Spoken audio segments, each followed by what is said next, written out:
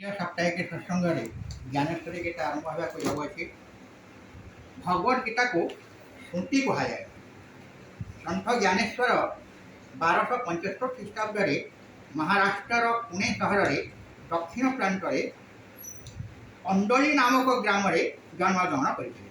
ତାଙ୍କ ପିତାମାତାଙ୍କ ନାମ ପିଙ୍ଗଳପନ୍ଥ ଏବଂ ରୁକ୍ମିଣୀବାଇ।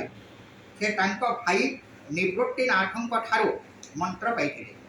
ବ୍ରାହ୍ମଣମାନଙ୍କୁ ଉପଦେଶ ଦେବାକୁ ଯାଇ ଜ୍ଞାନଦେବ କହିଲେ, ସମସ୍ତ ସର୍ବଦେହେ ନାରାୟଣ ସର୍ବବ୍ରହ୍ମମୟ। ଏହା ଆତ୍ମଲବ୍ଧି ହେଲେ ବ୍ରହ୍ମଙ୍କୁ ତମେମାନେ ଜାଣିପାରିବ। ବ୍ରାହ୍ମଣମାନେ ଏକ ମହିଷୀକୁ ଦେଖାଇ କହିଲେ, ଏହା ଦେହରେ କ'ଣ ବ୍ରହ୍ମ ଅଛନ୍ତି? ସେ ବେଦ ପାଠ କରିପାରିବ କି? ଜ୍ଞାନଦେବ ମହିଷୀକୁ ଆଉଁସି ଦେଲେ। ବେଦ ପାଠ କରିବାକୁ କହନ୍ତେ ମହିଷୀ ବେଦ ପାଠ କରିଥିଲା। ବ୍ରାହ୍ମଣମାନେ ତାଙ୍କ ପାଣ୍ଡିତ୍ୟକୁ ସମ୍ମାନ ଦେଖାଇଲେ।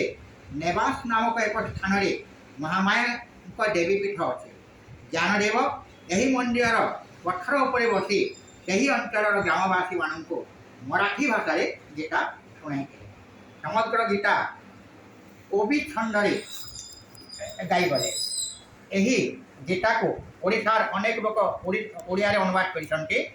ଆମର ଗୋରାଚାନ୍ଦ ମିଶ୍ର ଅତି ସୁନ୍ଦର ଭାବରେ ଅଳଙ୍କାର ଦେଇ ତାଙ୍କର ପ୍ରାଞ୍ଜଳ ଭାବରେ ବର୍ଣ୍ଣନା କରିଛନ୍ତି। ବର୍ତ୍ତମାନ ଆମେ ଭଗବତ ଗୀତା ଉପରେ, ଜ୍ଞାନେଶ୍ୱରୀର ଭଗବତ ଗୀତା ଉପରେ ଆମେ ଆଲୋଚନା କରିବା।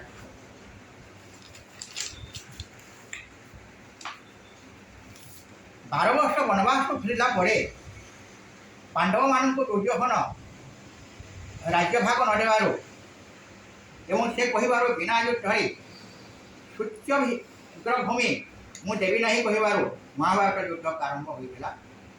ଏବଂ ଯୁଦ୍ଧର ବିବରଣୀ ଜାଣିବାକୁ ଅନ୍ଧ ଧୃତରାଷ୍ଟ୍ର ରାଜା ଇଚ୍ଛା କରିଥିଲେ। ବ୍ୟାସଦେବ ଆସି ତାକୁ କହିଲେ, ତମକୁ ଦିବ୍ୟ ଚକ୍ଷୁ ପ୍ରଦାନ କରିବି, ପାଇଁ ଯୁଦ୍ଧ ଦେଖିପାରିବ। କିନ୍ତୁ ଧୃତରାଷ୍ଟ୍ର କହିଲେ, ମୁଁ ଜନ୍ମାନ୍ଧ କିଛି ଦେଖିପାରୁନଥିଲି, ଆଉ ପୁତ୍ରମାନଙ୍କ ମୃତ୍ୟୁ ଦେଖିବେ କି? ଯୁଦ୍ଧରେ ସମସ୍ତେ ମରିବେ।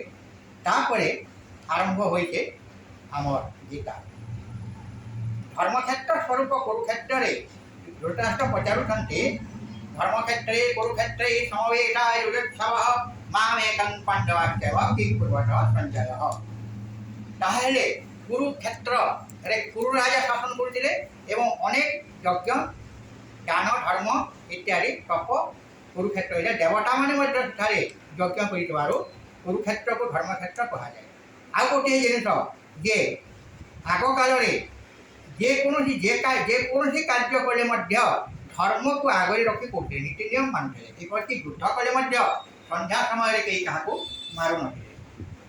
ତାହେଲେ ବ୍ୟାସଦେବ ତାଙ୍କୁ ସଞ୍ଜୟକୁ ଡାକିଲେ ଏବଂ ସଞ୍ଜୟ ତାଙ୍କ ଦିବ୍ୟଦୃଷ୍ଟି ବଳରେ ଯୁଦ୍ଧର ବିବରଣୀ ବର୍ଣ୍ଣନା କଲେ। ଧୃତରାଷ୍ଟ୍ର ପଚାରୁଛନ୍ତି, ଧର୍ମକ୍ଷେତ୍ର ଏବଂ କୁରୁକ୍ଷେତ୍ରରେ ମୋ ପୁତ୍ର ଦୁର୍ଯ୍ୟୋଧନ ଏବଂ ପଣ୍ଡୁପୁତ୍ର ଧୃତରାଷ୍ଟ୍ର କ'ଣ କରୁଛନ୍ତି? ସେ ଜାଣିଥିଲେ ଯେ ଯୁଦ୍ଧ ହେବା, ତେବେ ବି କାହିଁକି ପଚାରିଲେ କ'ଣ କରୁଛନ୍ତି ବୋଲି? ତାଙ୍କର ଆଶଙ୍କା ଥିଲା, ଯେହେତୁ କୃଷ୍ଣ ଅଛନ୍ତି ଚୁକ୍ତି କରିଦେବେ ନାହିଁ କି, ଯୁଦ୍ଧ ବନ୍ଦ ହୋଇଯିବ ନାହିଁ କି, ସେହି ଆଶଙ୍କାରେ ସେ ପଚାରିଥିଲେ। ତାପରେ ମୋ ପୁତ୍ର ଏବଂ ପଣ୍ଡୁପୁତ୍ର, ତୋର ମୋର ଭାବ ହେତୁ ମଣିଷ, এই ତୋର ମୋର ଭାବ ମଣିଷକୁ ତଳିକ୍ରାନ୍ତ କରିଦିଏ। ଏବଂ ଧୃତରାଷ୍ଟ୍ର ନିଜ ପୁତ୍ରମାନଙ୍କୁ ନିଜର ବୋଲି ଭାବୁଥିଲେ ଦୁର୍ଯ୍ୟୋଧନକୁ, ଏବଂ ପଣ୍ଡୁପୁତ୍ରମାନଙ୍କୁ ନିଜର ବୋଲି ଭାବୁନଥିଲେ। ସେଥିପାଇଁ ସେ ତୋର ମୋର କରିଥିଲେ। ତାହେଲେ ଦିବ୍ୟଚକ୍ଷୁ କହିଲେ ଜ୍ଞାନଚକ୍ଷୁକୁ ବୁଝାଏ। ଦର୍ପଣ ଦ୍ୱାରା ଯେପରି ଆମେ ଭିତର ବାହାର ସବୁ ଦେଖିପାରୁ, ଠିକ୍ ସେହିପରି ଜ୍ଞାନ ଦ୍ୱାରା ଆମେ ସବୁକିଛି ଦେଖିପାରମା, ଅନୁଭବ କରିପାରୁ।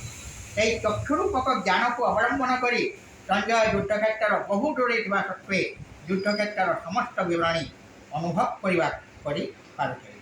ସଞ୍ଜୟ କହିଲେ, ତାହେଲେ ପୂର୍ବରୁ ଆଉ ଗୋଟେ ଭୁଲି ଯାଇଥିଲି ଯେ ଆମର ଗୀତାରେ କ'ଣ ଅଛି? ଗୀତାର ଆଦ୍ୟ ଅକ୍ଷର ଢ ଏବଂ ପ୍ରାନ୍ତ ଅକ୍ଷର ମ।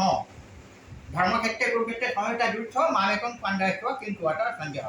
যত যোগেশ্বর কৃষ্ণ যত ধনুধর পাত্র তত সিং বিজয়বতী ধ্রুবনীতি মতি মম। তাহলে গীতারে ধর্ম के विषय केवल वर्णना, क्यों धर्म? सनातन धर्म। ताहले संजय कहिले सर्वग्रासी प्रलय परी पांडव सैन्य अग्रसर समुद्र मंथन द्वारा कालकूट विष उपर को उठी आसवा सदृश पांडव माने विभिन्न व्यूह रचना कर छकी रही। हस्ती समूह को देखी सिंह भ्रुक्षेप न करने सदृश दुर्योधन भय न करी द्रोणाचार्य पाखक जाए कहे, हे आचार्य पांडुपुत्र मान सैन्य बल किपरि सुसज्जित होती देखु। जो शिष्य को आपण अष्टविद्या पारदर्शी कराई आपण शिष्य धृष्टद्युम्न व्यूह रचना कर आपण विरुद्ध स्वर उत्तोलन पांडव पक्ष नहीं। आपण द्रोण तासह पूर्व शत्रुतार प्रतिशोध नेवा धृष्टद्युम्न चाहती। पांडव सेना अष्टचारण धुरंधर अनेक वीर अच्छा। भीम अर्जुन भली महारथी माने भी अच्छा। धृतकेष्टु काशीराज अभिमन्यु द्रौपदी पांचपुत्र आदि पराक्रमी योद्धा अच्छा। दल महारथ रथ अधिरथ रथी रथी अर्धरथी एपरी 4टी सैन्य अच्छी जैसे वर्णना कले टाइम लगे संक्षिप्त आकार कौन। महारथ क्या कहती 10,000 योद्धा एकाकी युद्ध क्षेत्र में युद्ध को जी समर्थ से है महारथ। अतिरथ है असंख्य सुरवीर संगे एकाकी युद्ध करने को समर्थ। रथी जे एकाकी जड़े योद्धा युद्ध करने को समर्थ। तापर अर्धरथी है रथी अपेक्षा हीन बल ताको अर्धरथी कहा जाए। निज पक्षर वीर मान संपर्क में कहवाक जाई दुर्योधन प्रताप आनुकूल्य बोली भीष्म को कहले। शत्रुरूपी हाथीपल निकट में सिंह परी पराक्रमी होती वीरकर्ण। कृपाचार्य इच्छा कले विश्व को संहार कर युद्ध प्रारंभ पूर्व शंख बारण है। अर्जुन श्रीकृष्ण को रथ उभय सेना मध्य भागरे रखा कहले। रथ मध्य भागरे प्रवेशंते निज बंधु बांधव गुरुजन मान देखी अर्जुन मोहग्रस्त हो अस्त्र त्याग कर युद्ध करेंगे ना कही रथ तले बसी रही। यह ज्ञानेश्वर गीतार प्रथम अध्याय। आसंता सप्ताह आम द्वितीय अध्याय आलोचना करवा। ये कही मोर वक्तव्य समाप्त करूँ।